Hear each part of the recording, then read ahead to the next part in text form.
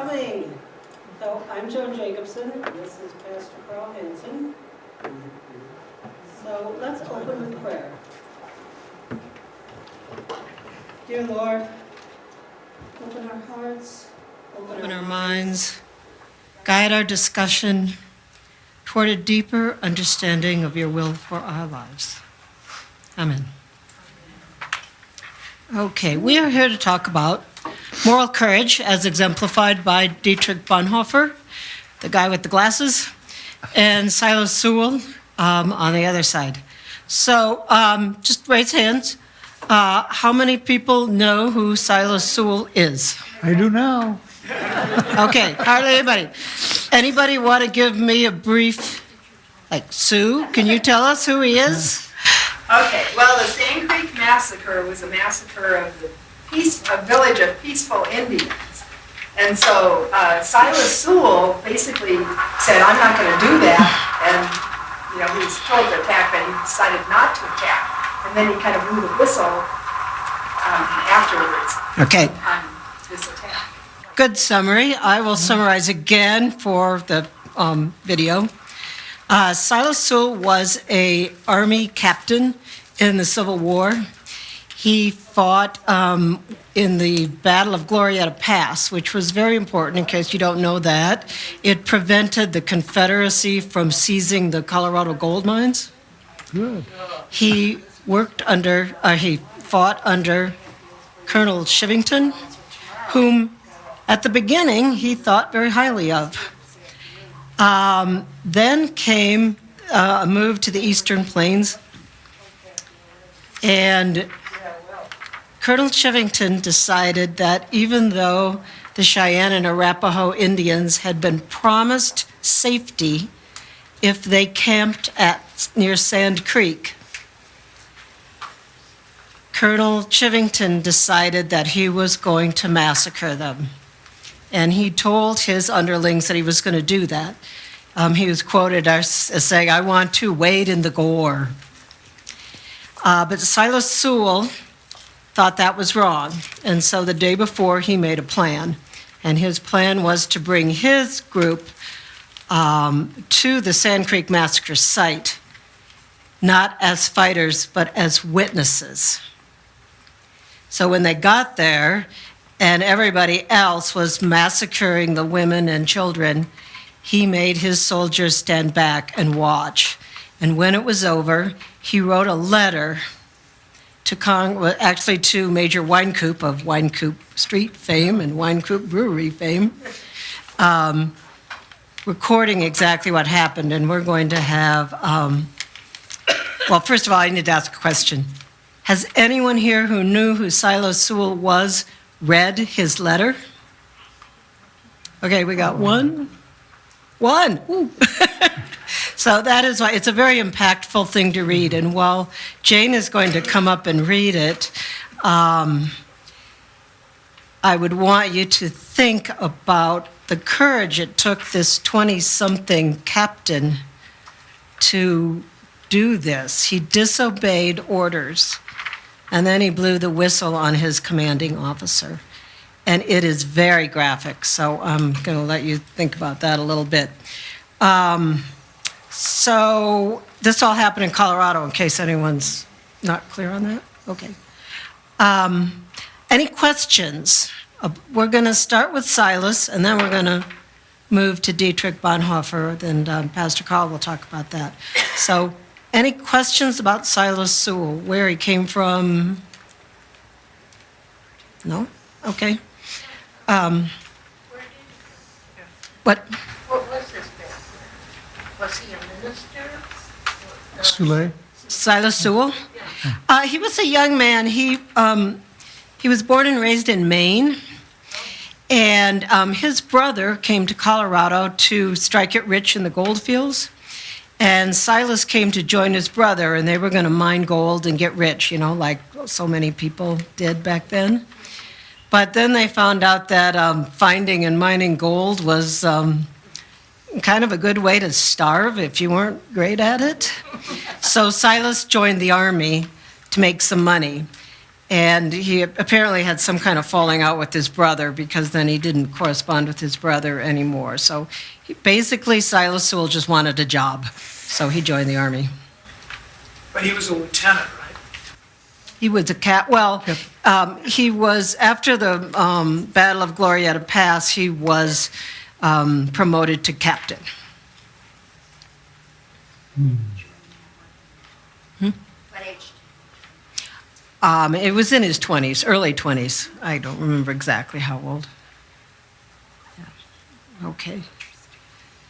So one of the things to keep in mind, the reason this came about was that Colorado was not yet a state. We were a territory, and we had a territorial governor, John Evans, who did not like Native Americans. He felt they were an impediment to peace. He felt they were an impediment to the settlement of white people. He thought they were impediment to the expansion of railroads, and Governor Evans was a big investor in railroads.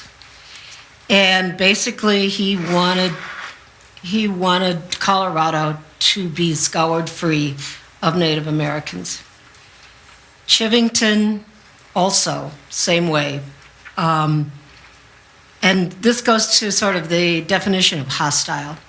Governor Evans had a proclamation where he said anybody at any time was authorized to murder hostile Indians. But the problem was he pretty much considered all Indians to be de facto hostile.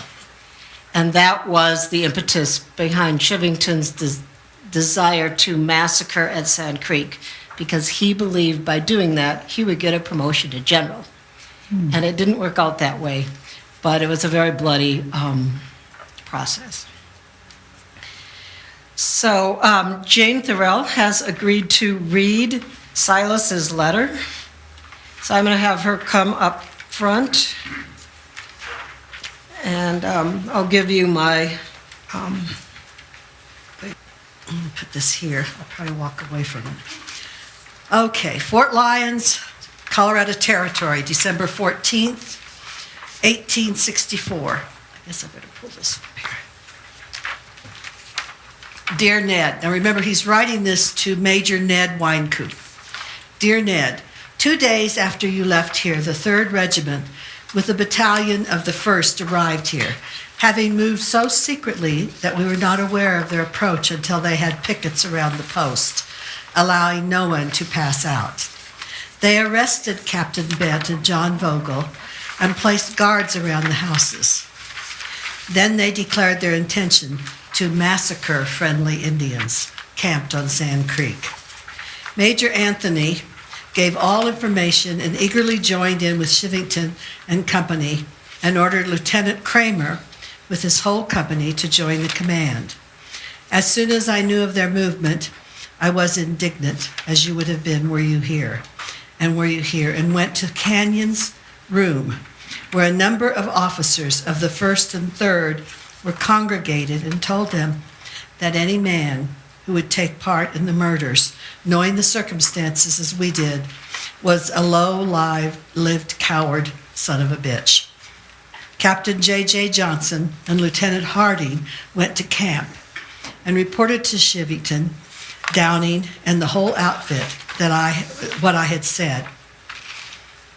And as you can bet, hell was to pay in camp. Shiv and all hands swore they would hang me before they moved camp, but I stuck it out, and all the officers of the post except Anthony backed me. We arrived at Black Kettle and left Hand's camp at daylight. Lieutenant Wilson with companies C, E, and G were ordered in advance to cut off their herd. He made a circle to the rear and formed a line 200 yards from the village and opened fire.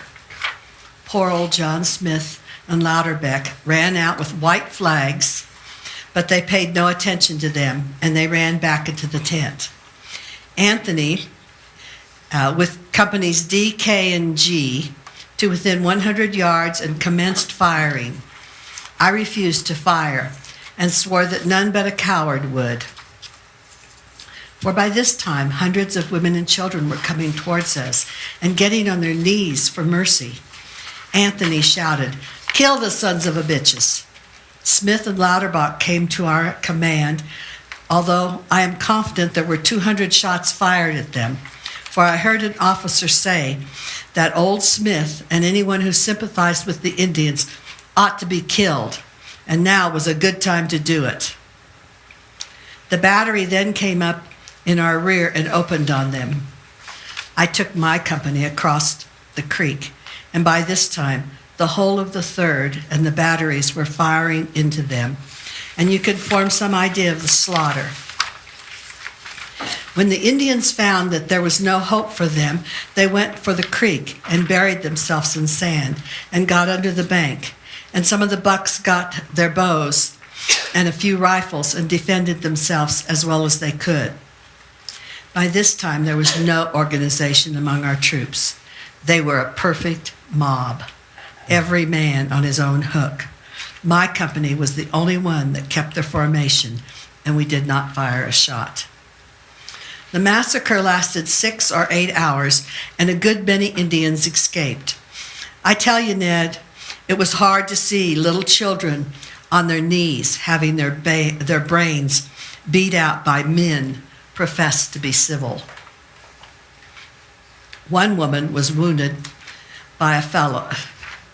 One woman was wounded, and the fellow took a hatchet to finish her.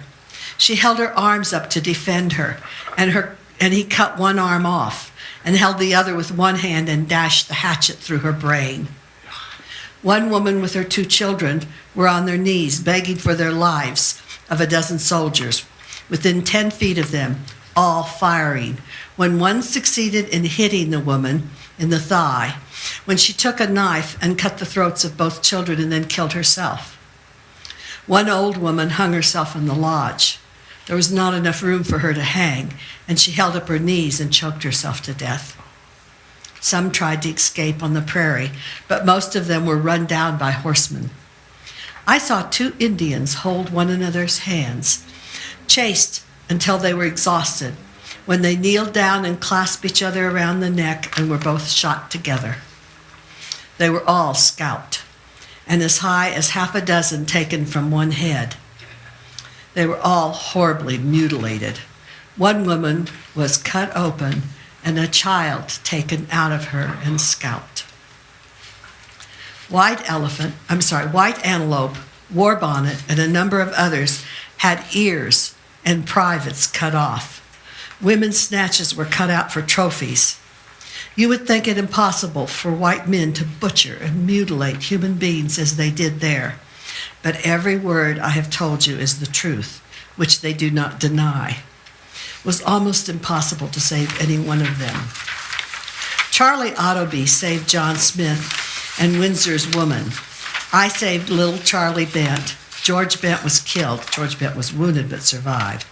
Jack Smith was taken prisoner and murdered the next day in his tent by one of Doone's Company E. I understand the man received a horse for doing the job. They were going to murder Charlie Bent, but I ran him into the fort. They were going to kill old Uncle John Smith, but Lieutenant Cannon and the boys of Fort Lyons interfered and saved him. They would have murdered old Bent's family if Colonel Tappan had not taken the matter into hand. Kramer went up with 20 men, and they did not like to buck against so many of the first. Shivington had gone to Washington to be made general, I suppose, and get authority to raise a 9-month regiment to hunt Indians. He said Downing will have me cashiered, if possible. If they do, I want you to help me. I think they will try the same for Kramer, for he has shot his mouth off a good deal and did not shoot his pistol off in the massacre. Joe has behaved first-rate during this whole affair. Shivington reports 500 or 600 killed, but there were not more than 200, about 140 women and children, and 60 bucks. A good many were out hunting buffalo. Our best Indians were killed: Black Kettle, One Eye, Minimek, and left hand. George Pierce of Company F was killed trying to save John Smith. There was one other of the first killed and 9 of the third, all through their own fault. They would get up to the edge of the bank and look over to get a shot at an Indian under them. When the women were killed, the bucks did not seem to try and get away, but fought desperately. Charlie Otterby wishes me to write all about it to you. He says he would have given anything if you could have been there. I suppose Joe Kramer has written to you all the particulars, so I will write half. Your family is well. Billy Walker, Company Tappan, Colonel Tappan, I think, Wilson, who was wounded in the arm, started for Denver this morning. There's no news I can think of. I expect we will have a hell of a time with Indians this winter. We have 200 men at the post, Anthony in command. I think he will be dismissed when the facts are known in Washington. Give my regards to any friends you come across and write as soon as possible. Yours, SS, signed, SS Soule.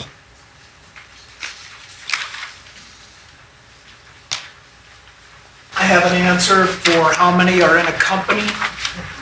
So there's a question about how many were in Silas Soule's company. Typically, it was about 100 people. And we heard Company G, and total was about 700 soldiers in Chivington's group.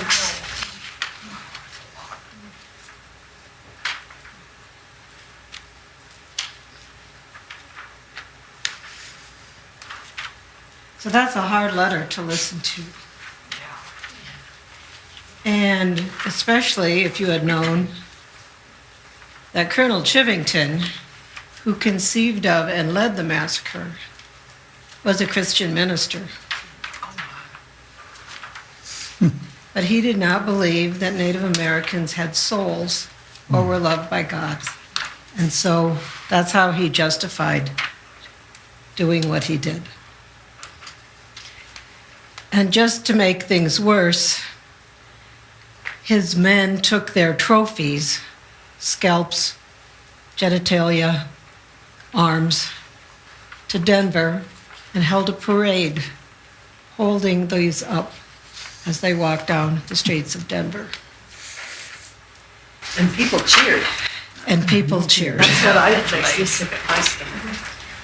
But then Silas Soule's letter got some attention, and there was a congressional investigation announced.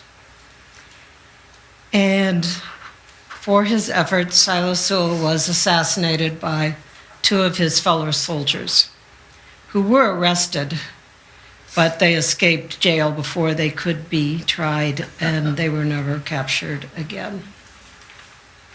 So we don't want you to think that moral courage always ends in death, but moral courage does often mean sacrifice. So what Silas did not work out very well for him in the short run. But we as Christians are not really supposed to be short-run people. So he is a lesson in moral courage, and he's a lesson, we can talk later, about what it means to disobey illegal orders. So to stay on track, we're almost on track, because that wasn't depressing enough. We're going to move on to the Nazis and World War II and the moral courage it took to stand up to that. You ought to put this to music and make it dance.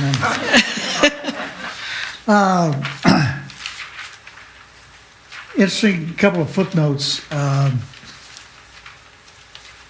location of the Sand Creek Massacre was about 180 miles away from us out into the prairie. And Chivington is still remembered. The city closest to the massacre is named after Colonel Chivington. Marvelous. I really didn't know much about Soule at all. But here's another interesting footnote. the right and duty to refuse an unethical or unloving command has been front page news lately, hasn't it? Yes, indeed. Yes, indeed. And so I was really curious about when it became part of the military code of justice. The knee-jerk reaction of Hegseth and Trump, calling them traitors worthy of death, and in one case still, demotion in rank and pension, totally out of line. It would be a good feel-good story if Soule's bravery was the reason for this clause to be added, but it did not become part of the code until just after World War II. The Bonhoeffer years, when Nazi figures were tried and executed in the Nuremberg trials. The Nazi figures tried to say that their only excuse was, I was following orders. Not sufficient. They all got the hangman's noose. Now, Dietrich Bonhoeffer, how many of you know about him, have studied of him? He's a great man, good Lutheran pastor. I'm really thankful that Jane asked me to do this because I learned some things about how little I knew about Bonhoeffer. I've gone to a Lutheran college and a Lutheran seminary, never had a certain course in it, never had any courses about his writings. So I knew about him, by a little history, but not as well as I wanted to. And I have to admit to you that I tried to read his most famous book, The Cost of Discipleship. It's like reading through wet sand. I tried it 3 different times. I've never gotten very deeply into it. So much for that. But I really have learned a lot about him, and I'm going to share what I have. Hitler came to power not by force, but by the elective process. And it finally led to his appointment to be the Chancellor of Germany on January 30th, 1933. That's 5 years before I was born. The event marked a crucial turning point for Germany and ultimately for the world. His plan, which was embraced by much of the German population, was to do away with politics and make Germany a powerful, unified, one-party state. And he began immediately gathering a rapid expansion of his state police, the Gestapo, and putting Hermann Göring in charge of a new security force composed of entirely by Nazis and dedicated to stamping out whatever opposition of his party might arise. From that moment on, Nazi Germany was off and running, and there was very little anybody else could do about it. It's kind of like when all the Indians were no good, now it's all the Jewish people. In the years following the end of World War II, following the years of World War I, Germany was not only depressed by the defeat, but weakened by the Treaty of Versailles that imposed harsh punishment that included massive financial reparations, significant territorial losses, and at the same time the world was beginning to see the spread of communism and wanted a leader who would oppose that. Hitler was seen to be a strong leader who would oppose communism, restore order, create jobs, and remake Germany a world power. In short, he promised to make Germany great again.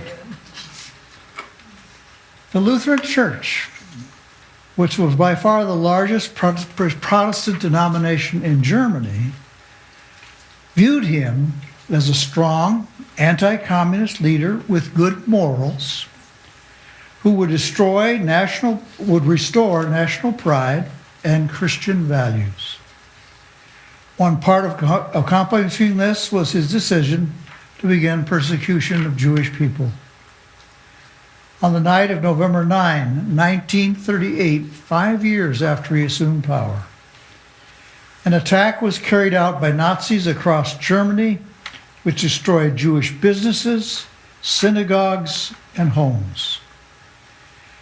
Remember, do any of you know what the name of that was? It is called the Kristallnacht, the Night of Broken Glass. It was the first step of terror that would lead to concentration camps, that in turn led to the torture and death of millions of Jews across Europe. Now, interesting to note, since we're Lutherans, the Lutheran Church was not critical of this, largely because of the anti-Semitic views that were very common, really up until recent times, but accusing the Jewish people of being Christ killers. And they were aided in this by several statements in the writings of our dear friend Martin Luther himself. Here's another interesting note I found out. Here in America, the Lutheran Church Missouri Synod, which is made up very, very highly of Jews who had expatriated to America, or excuse me, of Germans who came to America, they were also not vocally against what was happening in Europe, at least at first. And they were not alone in America. Many Americans, especially Charles Lindbergh's America First Committee, opposed intervention against Germany and supported stringent quotas that would allow Jews to emigrate to America, even as they were being forced out of every place possible in Europe. By the time Bonhoeffer was ordained, Nazi ideology had become meshed with Christian doctrine. Lutheran pastors of Jewish descent were removed from their churches, and officials even were proposing removing the Old Testament from the Bible. So in opposition to this, a group of leaders of Lutheran, Reformed, and United churches met in the city of Barmen, creating a consensus to oppose Hitler. Out of this meeting came the Barmen Confession, created by the Confessing Church, which was going to be in opposition to the Deutsche Christians who supported Hitler. The confession proclaimed that the only source of revelation is the Word of God, and Jesus Christ is the only Lord over all aspects of personal life and belief. Less than 20% of the Lutheran churches signed that declaration. And the LCMS in America initially would not sign it either, because it was against their concept of unionism. I don't know how much you know about the Missouri Synod, but they will not participate in anything with other Christian bodies. So on the principle of that, they couldn't, in good conscience, sign the Barmen. Now, in all of these years, as Hitler was gradually moving towards human power, complete power, Bonhoeffer was living outside of Germany, mainly studying over here as he prepared for ordination as a Lutheran pastor. He studied at Union Seminary in New York, where he became very interested in black communities and black religion, and especially interested in their resistance against racism in America. He even traveled to India and personally studied nonviolence under Mahatma Gandhi. When he returned to Germany to be ordained, he could have moved away from Europe to serve churches with two options. One was he could have gone to London, to England, where he would be able to serve two German-speaking congregations, and another, he had an option of a fellowship from Union Seminary, to come back there and teach. But he refused to do that.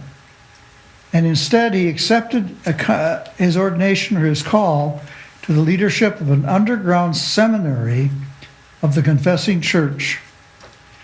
And in the years that followed, in addition to managing the seminary, he traveled, he spoke, he wrote, he publicly challenged all of the Lutheran churches and members who supported Hitler.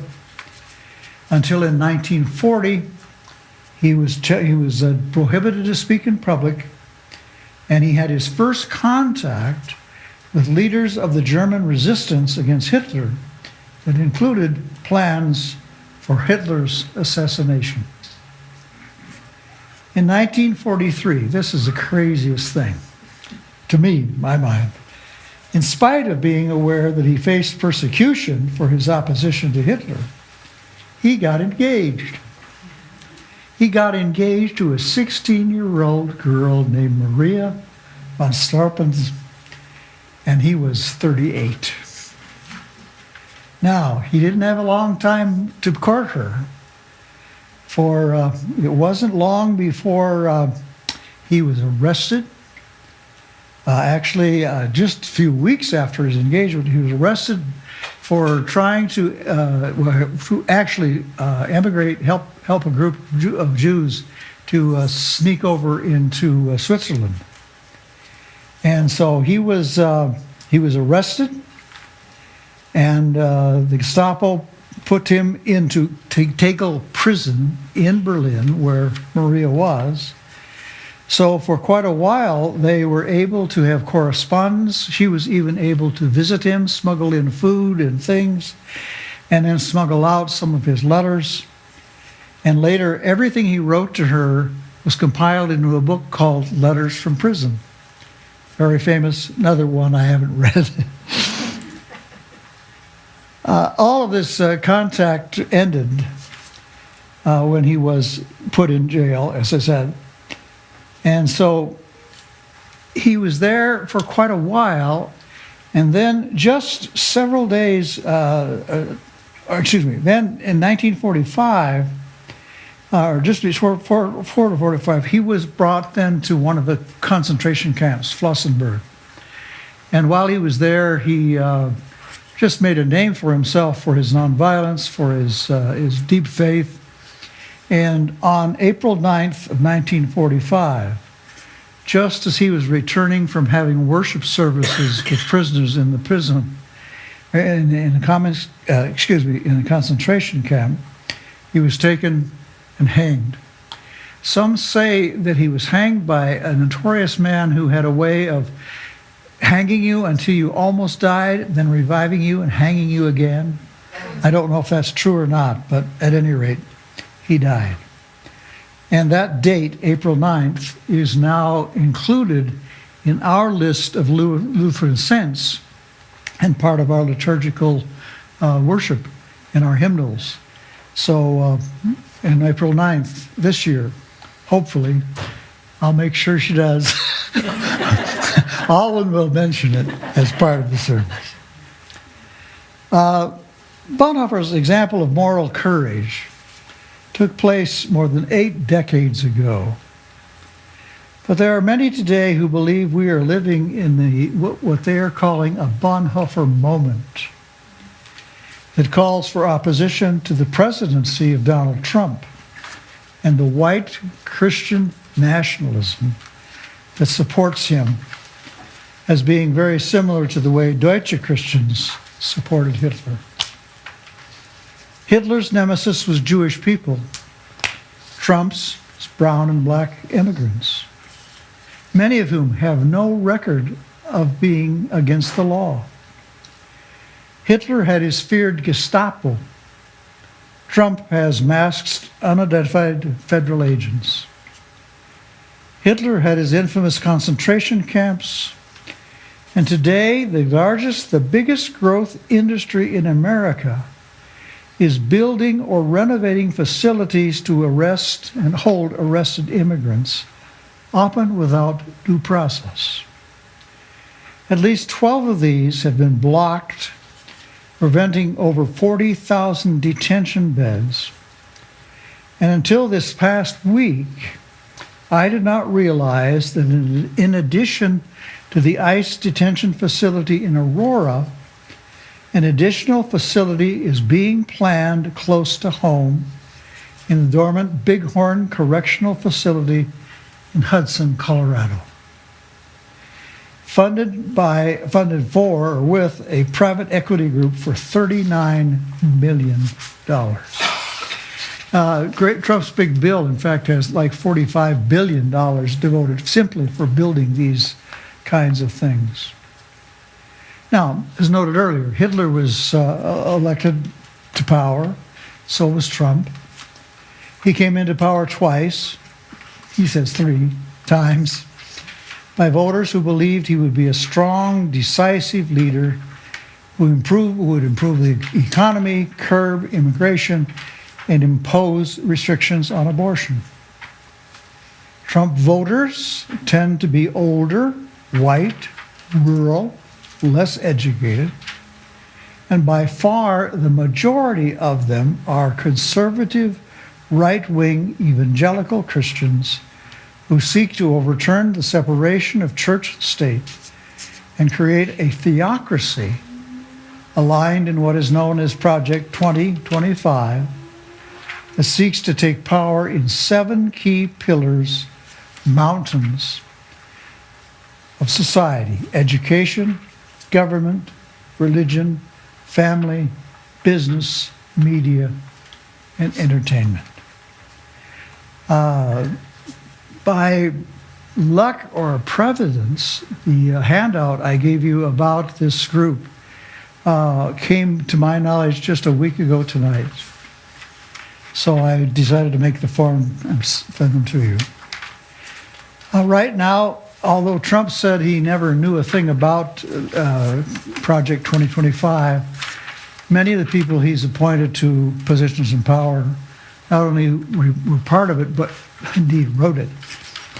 And they are looking to control a victory over the House and Senate and now that the latest thing about the voting proposals of the SAVE Act, wanting to control elections for the midterms coming up so that power can be consolidated on into the future. I fear, I don't think I'm alone here, I fear that democracy hangs in the balance.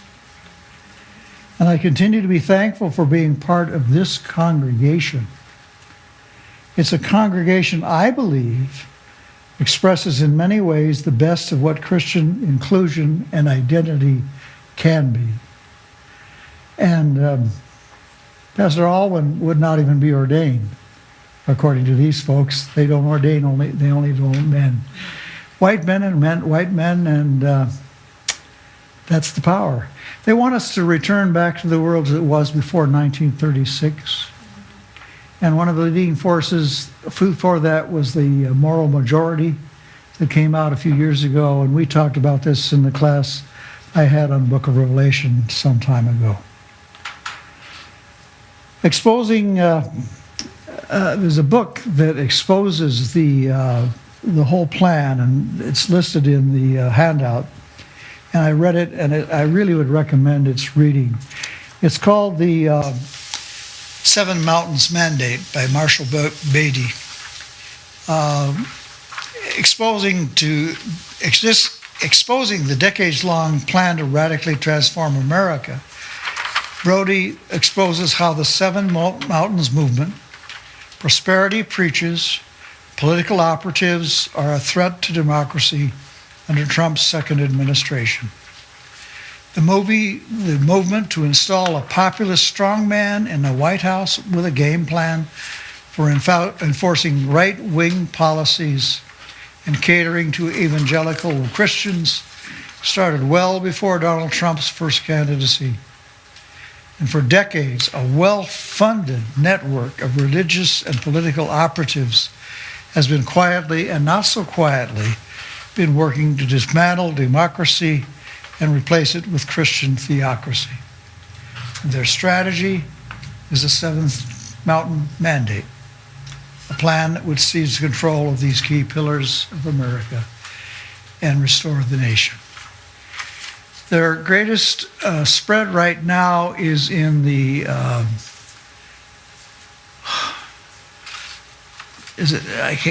my little beginning of Alzheimer's. It's this group that was championed by Charlie Kirk, Turning Point, placing the governor of Kansas, I believe it is, or Nebraska, both states I lived in at one time, are demanding that they be put in every high school and college in the state. And my college, Bethany College in Kansas, now has a chapter of Turning Point. I haven't heard anything much about it or what kind of an impact it is making, but I'm not happy. Enough. Ending. I'll shut up.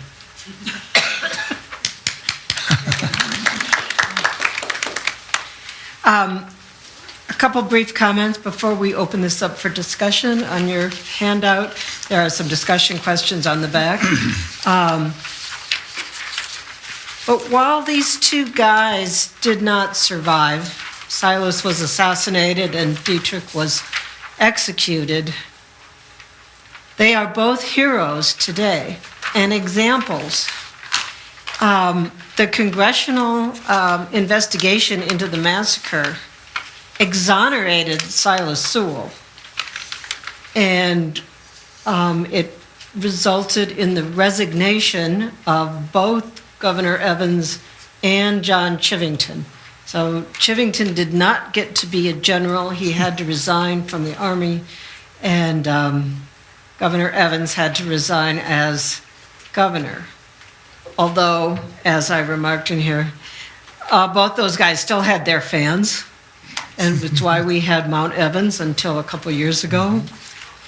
But it's Martin Luther King who said the arc of justice is long.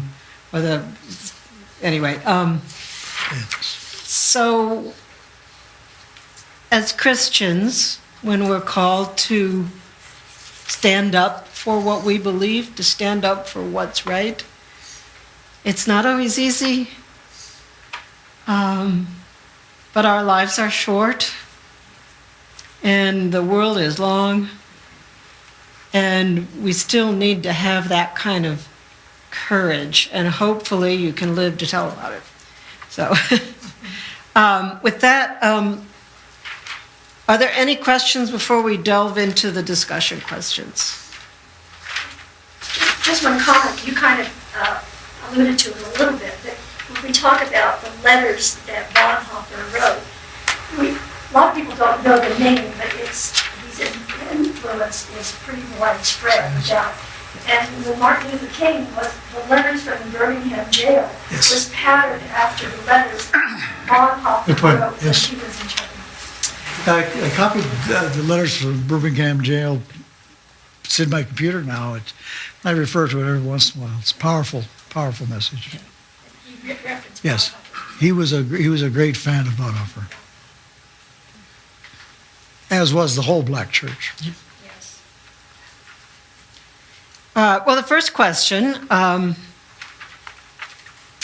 as Pastor Carl pointed out, the duty to disobey illegal orders was not codified until after World War II. And Silas Soule disobeyed during the Civil War. So, was he justified in disobeying? Anybody got a comment? I have a comment. I thought that he was obeying because they put up a surrender flag and a United States flag, and that was an indication that they were surrendering. So you wouldn't go in and massacre a group of people that had done that. So actually, he was following the law. The rest of them weren't, in my opinion. But not the orders. For the people on the video, Jane pointed out that Silas Soule saw the flag of surrender and saw the American flag, and so he was justified in disobeying because it would be illegal to massacre people who have already surrendered. Is that right? Okay. Just so you guys know, I have a room mic here that can pick up for the most part, the people. Okay. Okay. Yeah, we're good. Right. Everybody in agreement with Jane? Okay. What about Pastor Bonhoeffer? Was he unpatriotic to oppose the Führer? The Fuhrer thought so. I mean, unpatriotic as a German. Oh, as a German. I think if we look at today, and those people that are going out and blowing the whistle for the ICE, you know, when ICE comes into a community and they're trying to, I think he wasn't unpatriotic. I think those people are also patriots. Yes, I agree. I strongly feel that people who are disobeying right now are patriotic. Yes. Revolution is one of the most American things in the world. Where would we be without civil disobedience? Yeah, Yeah. precisely. We'd still have slaves. Which is what created our country. That was actually. Right. Right.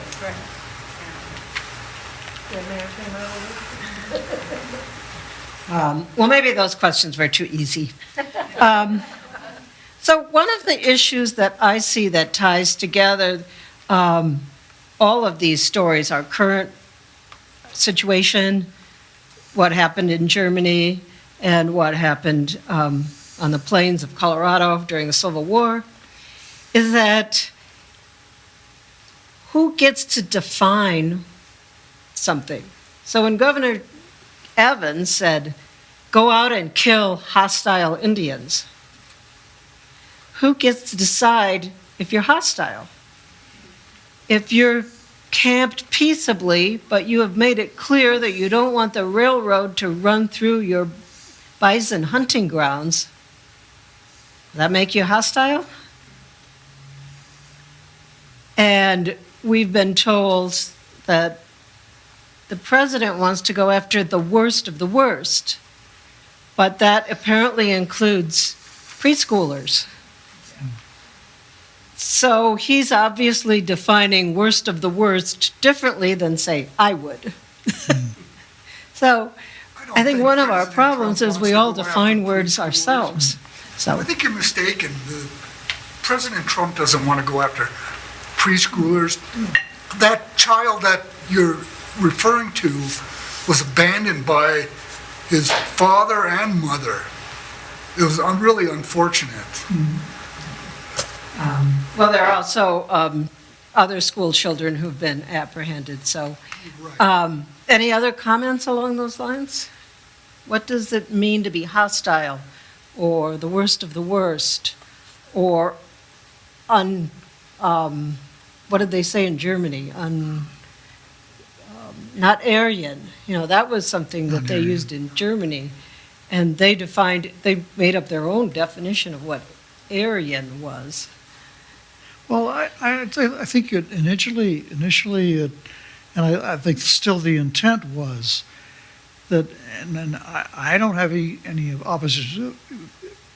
There are illegals who have done some horrible things, but they are in the minority, and I think the push is to immigrate, take away so many that recently and more often their civil rights are simply overlooked, and that's the sad part. Is it's become, well, back in the Chivington days, the motto was the only good Indian is a dead Indian. And I don't think that that's there. I don't think that the American people instinctively are against Judaism. And right now, in fact, they're very supportive of Judaism because it's part of the thing of going against, you know, the suffering that they've done. But it's just gotten out of hand. I think one thing that at least is in my mind, talking about definitions of whatever terminology we're using, in Germany, what people considered as Aryan or whoever was sent to jail, concentration camps, whatever, changed over those years. And that, initially it was people who were generally considered outcasts, and then it transitioned into anybody who disagreed. And so. In addition to the Jews, there were gypsies, there were all manner of different groups and religions and so forth. So was it, but the main part was the Jews. I want to say something about Christian nationalism and Christ. I don't believe, and I don't know that I'm not a scholar, but I really believe that Christ was never an advocate of Christian nationalism. Didn't he say, render unto Caesar what was Caesar's and then to God what was God's? And I've always thought of that when I think of this Christian nationalism. I think nobody should ever force you to be one thing. And I think Christ would have agreed with that. That you believe in Christ because of what he taught you, not because of any state telling you you should. We had another comment? Yeah, you mentioned things have gotten out of hand, Carl. This always happens during a time of unrest. Things get out of hand. I think it's just human nature. Crazy, awful, horrible things happen. And we don't really understand it at the time. We don't have clarity on any of this until afterwards, until it's over, until this time of unrest has moved on, until we write the history. And these people were living in this time of unrest. And it's so easy to just say, well, I don't know if it's true about the little kid. I don't know if it's true about the hundreds of people that got bombed yesterday or not. We don't know. You just hear crazy stuff, and now with the internet, you hear even more crazy stuff, and right away. Which makes it hard for us to do anything or respond about any of this. And it made it hard for Bonhoeffer and Silas Soule to respond. They did, which is what makes it all the more remarkable and why they're now revered. It's easy to just throw up your hands and say, I don't know. but they did somehow know, and they responded in a very remarkable way. Question over here. Yeah. So what I don't understand is the building of these facilities and what our intentions are to detain and house them for. How long? What are you going to do with it? For how long? That's the problem. I don't know. I mean, what are we providing? What are we, if we are, let's say, this young child was detained and he was released, but let's say there are, and we understand, other children being held, how can you expect to live? I mean, what are the expectations and how long are we keeping these people? And what is, I just don't understand. And I look at it as they're going to be housing us. That's what I look at it as, is that if I do disagree, Well, I look at it as I'm not, I don't understand, and I don't understand why we collectively are not saying, stop. Well, part of it is, what do you listen to on the news? Where do you get your news? Because there's lots of us not going to even have it. But I've thought about this too. I assume they're still flying people to other lands, immigrants, am I correct? If you want to, if you volunteer, they'll take you back here. Volunteer going home, but is there an end point And there was this famous, one of the famous people who opposed Hitler in the war has this famous statement. He said that when Hitler came for the press, I didn't say anything. When Hitler came for this group, I wasn't part of that group, so I didn't say anything. And then finally said, when Hitler came for me, there was no one left to speak for me. But I every time I hear about these warehouses, I don't know how they're constructed, how well they're maintained. But do you remember when they sent the groups of immigrants to that really notorious prison? El Salvador. And the pictures of that, and for nights I couldn't sleep because I thought, how do you continue to exist in that place where there's nothing to read? I would have to have books. There's nothing to see except the other 8 people in your little room. And you get what, 1 hour, 2 hours a day for exercise and apparently meals. But it's just, to me, that's hell on earth. Well, and as I understand, we have reported immigrants to foreign lands that they're not That they're not associated even with. acting, And correct? to me, that just seems like it's for sport or. It's cruel and unusual Just to- punishment. Just to see what happens. I think I just want to answer We have a comment the here. question that you posed, Pastor Carl, which is how do they survive? It's through faith. They have faith. They have faith in God. They have faith in perhaps another being, but they have faith, and they have faith that people will stand up for what's right, and ultimately they will be returned to their families. That's how I think they get through. We have some courts right now that are starting to say, you can arrest but you have to Yeah. release to give due process.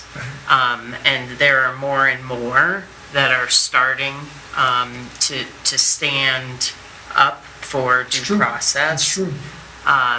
There are courts that have said you can't deport. Not all of those orders have been upheld. There are glimmers But- of hope. There are Right. glimmers of But hope. there's, but I look at it from the perspective of there is faith. One comment that we've kind of touched on a little bit is that we have laws in this country. And they are now being openly disagreed with. People saying, I don't like that law, so I'm not going to obey that law. And I mean people in the government. Everybody's always speeding and stuff. But for instance, abandoned children, the way the law provides in this country is if a child is abandoned, you call social services. You don't send them to jail. That's the law. But that wasn't followed for who knows what reason. And there are others like due process. There are rules about you have to be charged with a crime, and you have to be given access to a lawyer, and given a hearing before a judge where bond can be set. And a lot of the stuff's just being ignored, and the excuse is that stuff takes too long. Following the law takes too long. So we have to think about that too. It's not that we don't have processes, it's that certain people think that they're too cumbersome. The law and the Constitution is just too cumbersome. And similar things went on in Germany. Just wholesale rewriting of the laws. And here's a little piece of trivia that I find fascinating.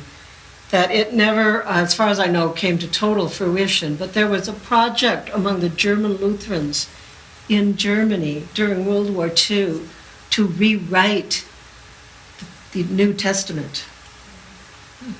Yeah, well, to get rid of the Old Testament. So they wanted to just eliminate the Old Testament, but they also wanted to rewrite the New Testament to take out all references to Judaism and the fact that Jesus was Jewish.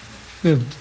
On Dan's point of hope and on this subject, America is a lot. Our laws and rules, something that gave me hope, is our laws and rules are a lot older than Germany's was at the time of World War II. So democracy, even though I agree with you that it hangs in the balance, it will not die the same way it does here as it did in Germany. It won't be as easy. We have more fail-safes. We're well past the hour. Do we want to keep going, or do you want? Question.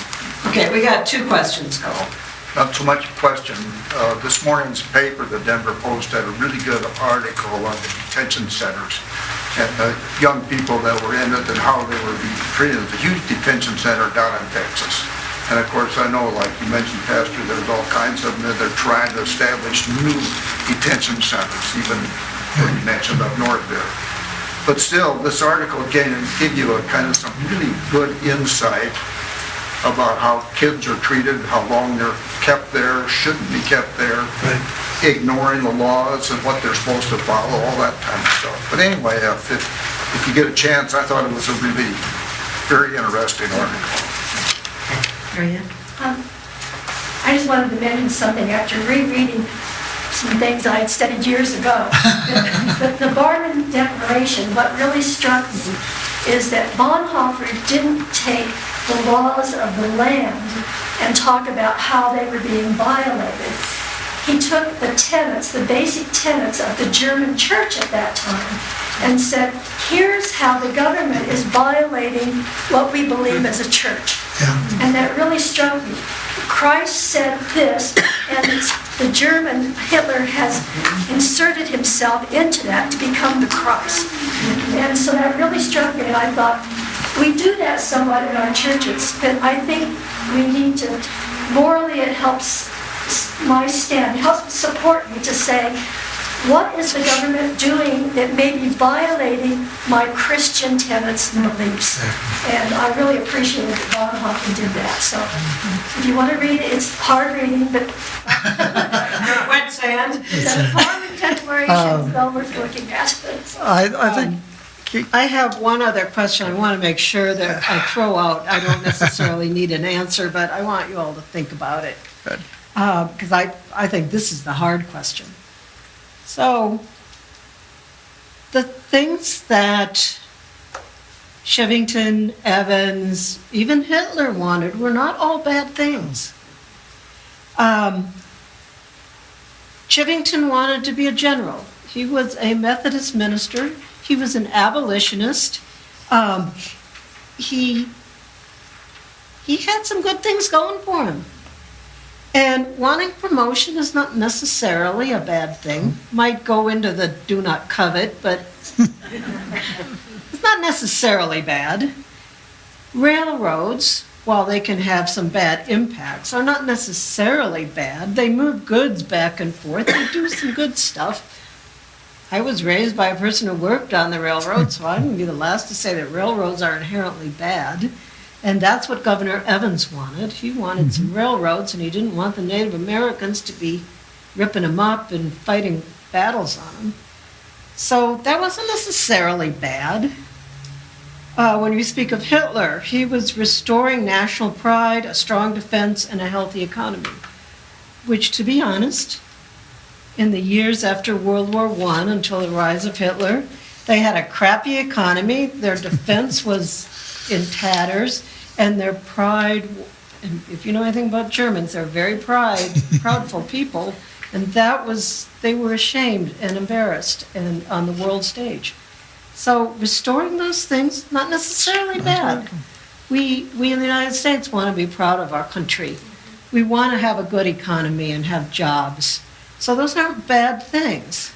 So the question is, those things were not inherently bad, but they led Chivington, Evans, and Hitler to do great evil. So, where's the line? When does wanting good things cause you to go over the line into, well, I'll just use the word, into evil? Because there's a line. And I'm just throwing that out for you. I don't think anyone's going to tell me where the line is. But I'm throwing that out there. We can discuss it, or you can ask more questions.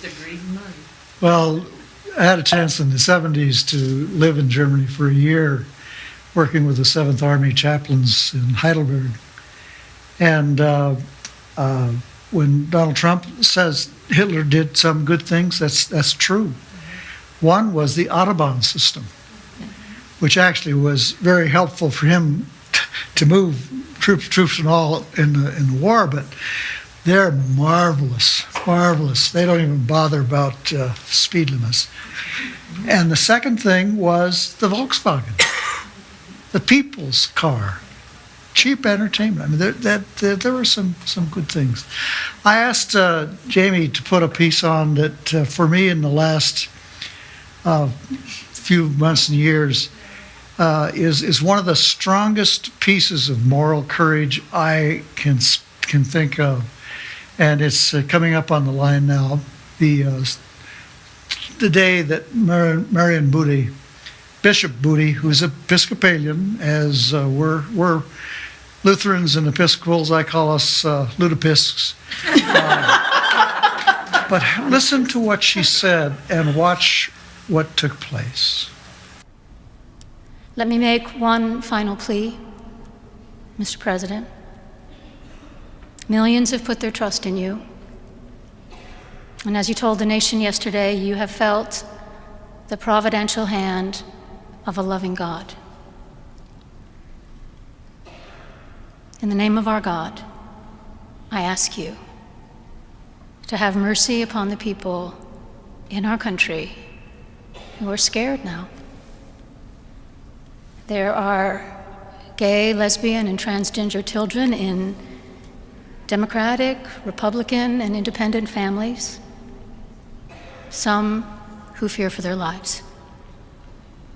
And the people who pick our crops and clean our office buildings, who labor in poultry farms and meat packing plants, who wash the dishes after we eat in restaurants and work the night shifts in hospitals, they may not be citizens or have the proper documentation, but the vast majority of immigrants are not criminals. They pay taxes and are good neighbors. They are faithful members of our churches and mosques, synagogues, wadara, and temples. I ask you to have mercy, Mr. President, on those in our communities whose children fear that their parents will be taken away, and that you help those who are fleeing war zones and persecution in their own lands to find compassion and welcome here. Our God teaches us that we are to be merciful to the stranger, for we were all once strangers in this land. May God grant us the strength and courage to honor the dignity of every human being, to speak the truth to one another in love, and walk humbly with each other and our God for the good of all people in this nation and the world. Amen.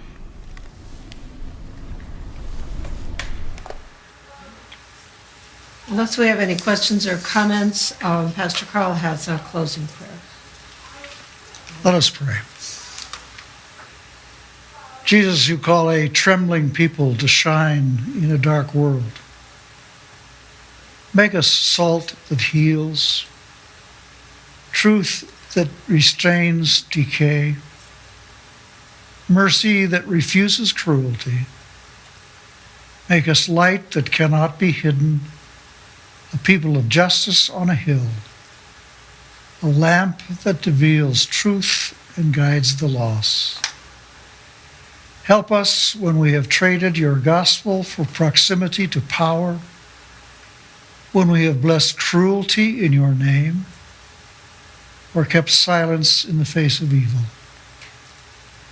Teach us your fulfilled law, justice for the oppressed, mercy for the wounded, faithfulness in every season. Give us courage to stand with the least of these, to speak when others stay silent, to love when others fear, and to hope when despair is tempting. May our witness be gentle, our resistance nonviolent, our hearts tender, and our convictions strong. And when the night feels long, remind us that your light still shines, your kingdom still comes, and your love will have the last word. In the name of Jesus, who was crucified by the empire, risen in mercy, and alive among the least of these. Amen. Thank you, guys.